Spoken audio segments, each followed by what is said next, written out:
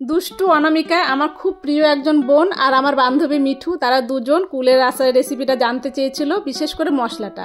তো তাদের জন্য আমার আজকে ভিডিওটা। থ্যাংক ইউ তোমাদেরকে এতটা ভালোবাসা দেওয়ার জন্য। বাজার থেকে কুল এনেছিল, যাচ্ছে তাই অবস্থা ছিল, সেটাকে আমি ভালো করে ধুয়ে পরিষ্কার করে একটু ফাটিয়ে লবণ হলুদ দিয়ে আমি এটাকে 2 দিন রোদ্রে শুকিয়েছি। কড়া করে শুকাবো না, একটু যেন নরম থাকে। এবার আমি দেখো বানাচ্ছি কুলের আচার। আচারের মশলা তৈরি করার জন্য আমি এখানে নিয়েছি মোহরি, সাদা জিরে, মেথি, কালো সর্ষে আর স্বাদ অনুযায়ী শুকনো লঙ্কা। মশলাগুলোকে শুকনো কড়াই ভালো করে ভেজে নেব, শুধু যতক্ষণ না ভালো একটা গন্ধ বেরোবে আর কালারটা অল্প বদলালেই আমি এটাকে নামিয়ে ঠান্ডা করতে রেখে দেবো। এবারে সেই কড়াইয়ে দিয়ে দেবো অনেকটা জল, মানে আমি এখানে 2 বাটি জল নিয়েছি। আর যতটা আমার কুল ছিল সেই জন্য আমি এখানে 2 বাটি গুড় ব্যবহার করেছি। তোমাদের কুলের উপরে তোমাদের গুড় কম বেশি করে নিতে পারো। মশলাটা ঠান্ডা হয়ে গেছে, এটাকে আমি এবার পিষে নিব, কিন্তু খুব মিহি পেস্ট করবে না, একটু দাঁড় থাকবে, তাহলে যখন আচারটা খাবে একটু মুখে পড়বে, দেখবে সেটা বেশি ভালো লাগে। আর গুড়টা যখন ভালো বলক নিয়ে আসবে তখন আমি আমার এই কুলগুলো ওর মধ্যে দিয়ে দেবো। দেখলে খুব যে শক্ত করেছি কুলটা সেটা না, একটু নরম নরম আছে। কুলটা লবণ হলুদে মাখানো ছিল জন্য আমি আর লবণ হলুদ ব্যবহার করলাম না। তবে তোমাদের যদি মনে হয় লবণ কম, তাহলে এই সময় একটু লবণ হলুদ দিয়ে নিতে। আচারের স্বাদটা বাড়ানোর জন্য আমি জল দিয়ে একটু গুড়টা জাল করেছি, যাতে কুলের মধ্যে ভালোভাবে রসটা ঢুকে যায়, তবে না আসল টক ঝালে মিষ্টিটা আমরা বুঝতে পারবো।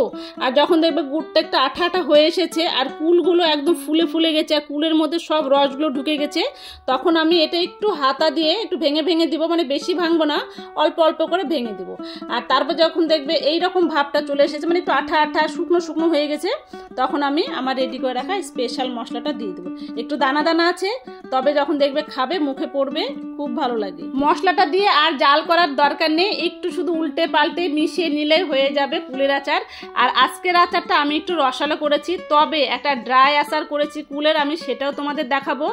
আর এই আচারটা এত টেস্টি হয়েছে, মানে আমি ভয় দিতে গিয়ে বারে বারে আমাকে ঢোক গিলতে হচ্ছে। এই আচারটা তোমরা স্টোর করে অনেকদিন রেখে দিতে পারবে, তবে আমার বাড়িতে কতদিন থাকবে সেটার গ্যারান্টি নেই, এতটাই টেস্টি হয়েছে। ভালো লাগলে কমেন্ট করে জানাতে ভুলবে না। আর যদি তোমাদের কোনো রিকোয়েস্ট থাকে আমাকে বলবে, আমি আমার সাধ্য অনুযায়ী দেখানোর চেষ্টা করব। আমার ভিডিওগুলো যদি তোমাদের ভালো লাগে অবশ্যই লাইক কমেন্ট শেয়ার করবে। দেখাবে নতুন একটা রেসিপি নিয়ে পরের ভিডিওতে। ততক্ষণ সবাই খুব ভালো থেকো, সুস্থ থেকো, এনজয় করো। Thank you. কি খাচ্ছ? আরে খাবে তো, এটা খেয়ে দাও।